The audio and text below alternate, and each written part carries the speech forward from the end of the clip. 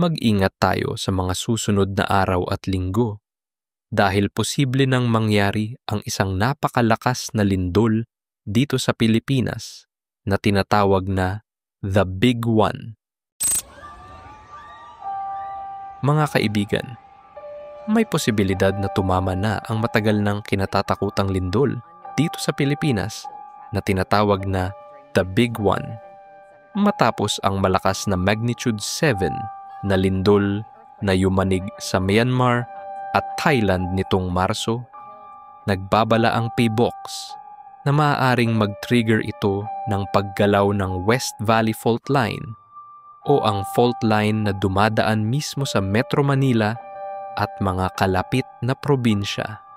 Ayon sa mga eksperto kung mangyayari ito, tinatayang aabot sa magnitude 7 o intensity 8 na lindol, dahilan para magdulot ng matinding pinsala at posibleng kumitil ng libu-libong buhay.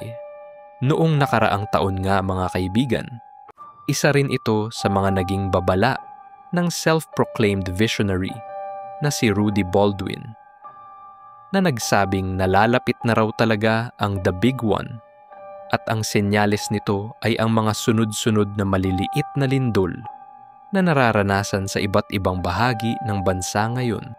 Ngunit kahit hindi ka naniniwala sa mga hula, dapat mo pa ring pakinggan ang mga eksperto. Sabi nga ng PBOX, ang ganitong babala ay hindi dapat binabalewala. Dapat tayong maging alerto at laging handa. Kung gusto mong malaman kung ang mismong lugar ninyo ay kabilang sa mga maaapektuhan ng West Valley Fault, ilalagay ko ang link sa comment section para ma-check mo ito mismo. Maging ligtas tayong lahat